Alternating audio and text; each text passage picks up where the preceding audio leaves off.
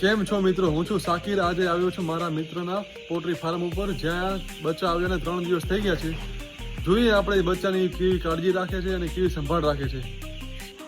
મિત્રો, ઠંડીની સિઝન હોવાથી તેને જમીન ઉપર પેપર વસાવ્યા છે.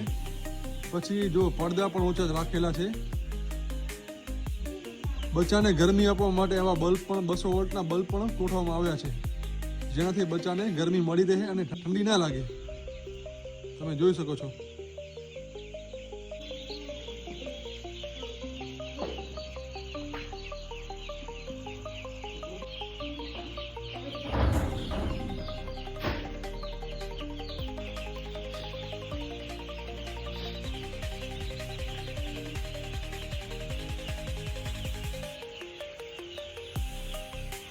તો મિત્રો, આ તો આજનો વ્લોગ, જેમાં મેં તમને બતાવ્યું કે બચ્ચાની સંભાળ કેવી રીતે રાખવી પડે.